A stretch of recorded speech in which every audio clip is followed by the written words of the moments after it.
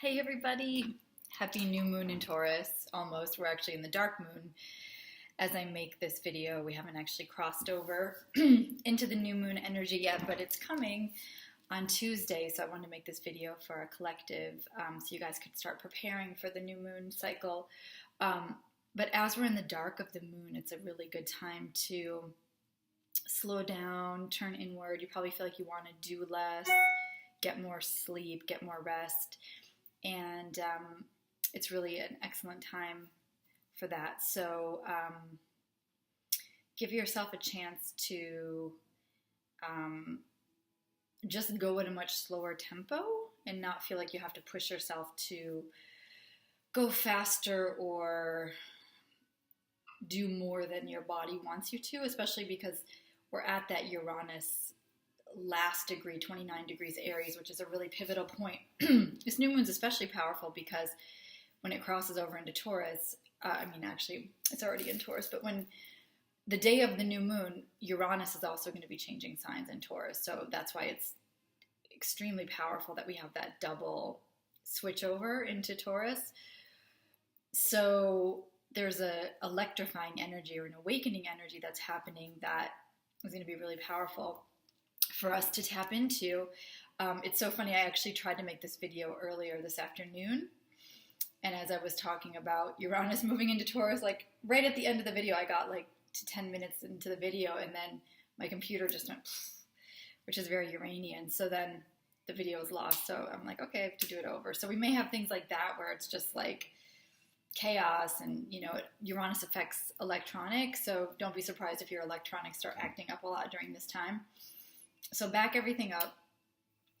And again, going back to the body, this is a time to really work on our deeper listening capacity and how we can get more embodied and more grounded. We're going to all be craving a time to get back into not only a slower rhythm, but to actually connect to our physical body. So I think it's a time to take better care of our bodies, to awaken to whatever we've been neglecting in our physical bodies, and just to look at how we all are probably craving a much slower pace than we realize. We tend to hustle and go faster and do more than our body would prefer.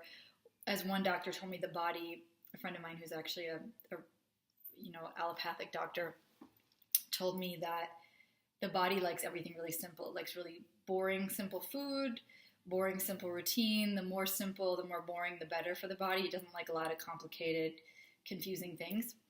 So the more simple we can be right now with the body, more nourishing, grounding. Taurus likes consistency, so the more we can repeat what the body likes, the better. And and listening, like everybody is different. Everybody is different. Listening to what the body actually requires or needs from you to feel more nourished. Whether it's nettles, that's a kind of my go-to, like if I need nourishment, nettles tea, or dark leafy green vegetables. That's another one I like to go to. It's like one of my go-to body things. Hot baths, breathing exercises, yoga, movement, all of that I think is really nourishing and really important for the body to have those outlets, so we don't want to neglect that. And if you've been stuck in a rut, we all have our ruts and our comfort zones. This new moon with the influx of Uranus going into Taurus will shift something for us and awaken us in the Taurus area of our horoscope. So it's good to tune into where is Taurus in your horoscope. That's where there's this awakening happening. Like I said, this jolt of energy. Uranus is the masculine kundalini, so it affects the masculine side. It's the descending kundalini, so it feels like we get hit by lightning. And we're moving from Aries, which we've been in for the last 7 years. It will retrograde back this August. From August until next March, we'll kind of be going back and forth between it. We'll be going back and we'll be revisiting that Uranus and Aries energy. But right now we're getting the preview of Uranus and Taurus until the summer. So this next phase for us is going to be tapping into the Taurus area in your chart. So wherever Taurus is where there's this awakening happening, this jolt of energy taking shape this spring. So it is like a spring. This is the real spring awakening. And of course, the new moon in Taurus is just the seed level. So over the next 6 months, we're going to be growing something in our lives. So it's good to look at, what do you want to grow? Where do you want to grow something in your life over the next 6 months? And that energy, so it's between now and next November, you'll be looking at like what seeds you're planting. And that should be based on your value system. Like, what do you cherish the most? What do you value the most? And how can you really attend to that on a consistent, loyal, durable, dependable basis? That's Taurus, like that kind of showing up consistently and being loyal through and through, no matter what the weather, no matter what the mood, you show up and do it. That's the Taurus. That's where we're the most Taurus. We're really committed for something regardless of the fluctuations around us. We're in it, and we're completely loyal and devoted to that thing. So what do you want to be completely loyal and devoted to and put your whole heart and soul and body into? That's what Taurus will ask you. Because once Taurus is on a certain track, it's hard to get the Taurus part of our personality off that track, because we feel really dedicated to it and really loyal. So it's hard for us to then abandon ship. We want to stay in that groove. So that's why it's dangerous when we form like bad habits, because those are also difficult to break. And comfort zones are really difficult to break with Taurus too. So yeah, this is a time to really look at, okay, what are you devoted to? What are you committed to? What do you want to grow? What beautiful things? Taurus rules beauty, money, our values, what we feel loyal to. It's our voice too. So working with the voice, Taurus rules the throat. So I mentioned it's also the ears. So listening, speaking, but it's the quality of the voice. It's the sound of the voice, and listening to what the sound of the voice is actually relaying to us and what our body's relaying to us. One thing I really recommend is doing body talk during this time, like actually listening to what your body's trying to tell you. So tapping in to the physical body, and you can ask it, okay, so what can go body part by body part, starting with the feet or the head, and check in and just see what the body's trying to communicate in a way so it doesn't have to relay it through symptoms or accidents. Later on, if the body can communicate with you more consciously, then you don't have to suffer in any way where the body is trying to get your attention and wake you up. So I think that's a really important thing to do right now as Uranus is getting ready to shift into Taurus, is to ask your body, okay, what's going on and what do you need me to give more attention to? Like where have I been neglectful, or what else do you need from me moving forward? So in terms of archetypes to work with during this new moon, the Hierophant archetype is really powerful.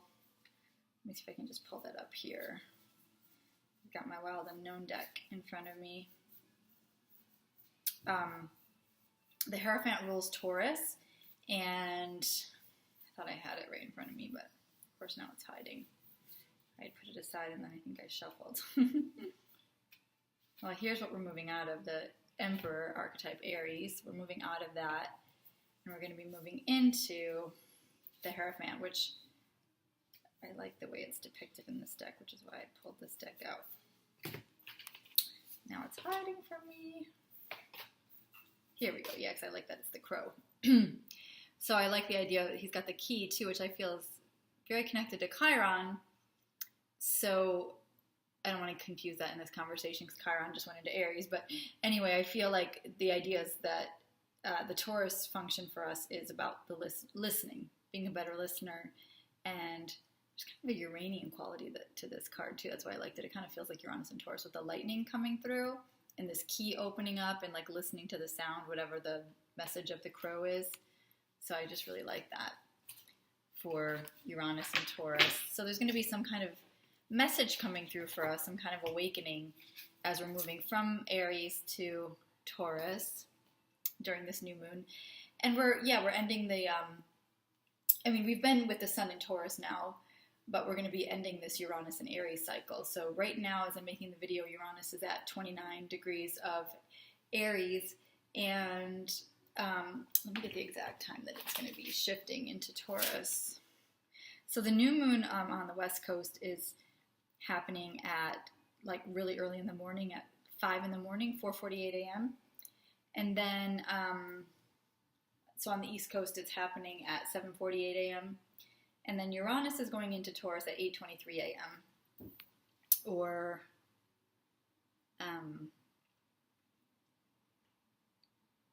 yeah, 8:23 a.m. on the West Coast and 11:23 a.m. on the East Coast. So it's a powerful new moon, and also right before, just preceding the new moon, like in the middle of the night on Monday going into Tuesday night, the moon will trine Pluto, which I think is a very powerful aspect as well, because Pluto is the planet of evolutionary change and transformation. So I feel like we're moving into this. There's this awakening happening with Uranus and Taurus, but before that, there's sort of this deeper transformational energy I feel taking hold between, if you think of Pluto and Capricorn supporting the new moon in Taurus. So whatever we're trying to grow, there is this kind of deeper realm supporting that. So maybe the shadow work, you could think about what you've learned from Pluto and Capricorn in terms of your own shadow and fears, and transmuting the fear, and now using that as rich soil to grow, or to grow your garden, because you've transmuted the fear into love.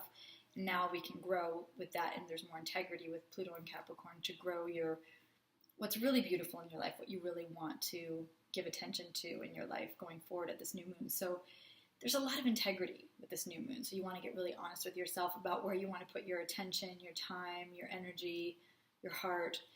And if it's not in alignment with your values, it'll be hard to grow. In fact, the garden will feel dead, and you probably won't be planting seeds there.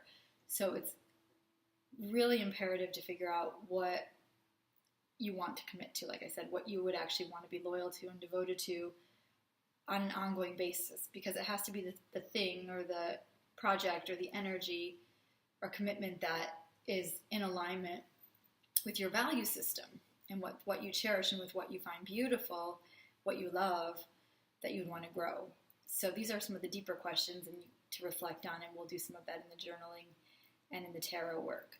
So anyway, I hope this was helpful, and trying to think if there's any other things I forgot to talk about with this new moon